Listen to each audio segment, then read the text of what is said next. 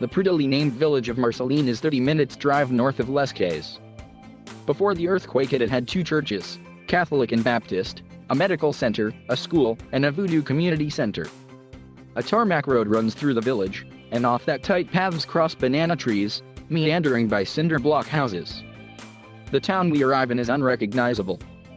The drive up to Marceline is marked by landslides and huge fissures in the road. The driver at times slows the car to a stop so he can negotiate the cracks. The town of Les Cayes was badly affected by the magnitude 7.2 earthquake on August 14. Perhaps 1 in 6 buildings collapsed. Here it's hard to find a house that is standing. Kelly Fielder was a 15-year-old boy who was preparing for a new school term. He was cheeky and full of life. His nickname was Kelly Forever, and he had scrawled that moniker onto his shirt. "I didn't realize his life would be so short," his mother, Marie Rose, says. Kelly had woken up early and had left his home on Saturday morning. But his phone needed charging, so he decided to return. When the quake hit, a wall made of chunks of heavy cement and rock fell on top of him. It broke both of his legs and his skull. He didn't stand a chance. "I don't know what to do.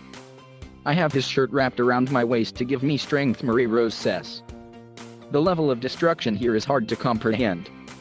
Both churches were obliterated. In the Voodoo Community Center, people were getting ready for a dance in the chapel. They were waiting for the priestess to start proceedings when the quake struck. The building caved in on itself. A neighbor tells us that they managed to pull out the body of the priestess, but there could be more than 25 people still under the rubble.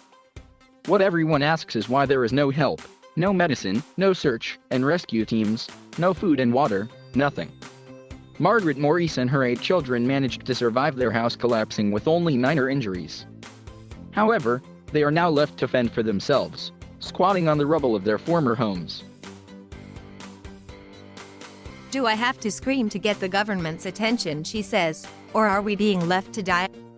She says she has little food and water, and the few aid trucks she's seen have passed them by. The government, aid agencies, and the international community have all promised help. But those promises mean little to people here.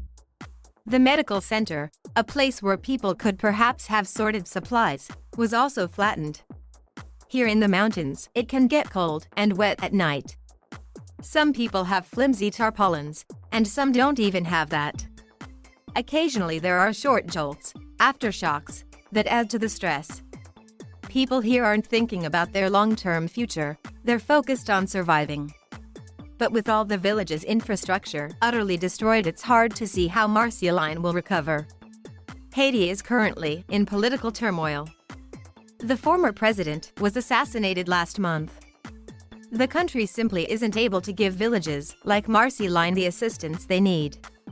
Everyone here has multiple friends and family members lost to this earthquake, which killed more than 2,000 Haitians.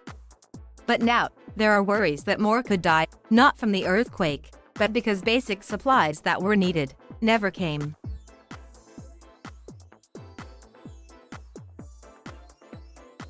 Thank you for watching. Please subscribe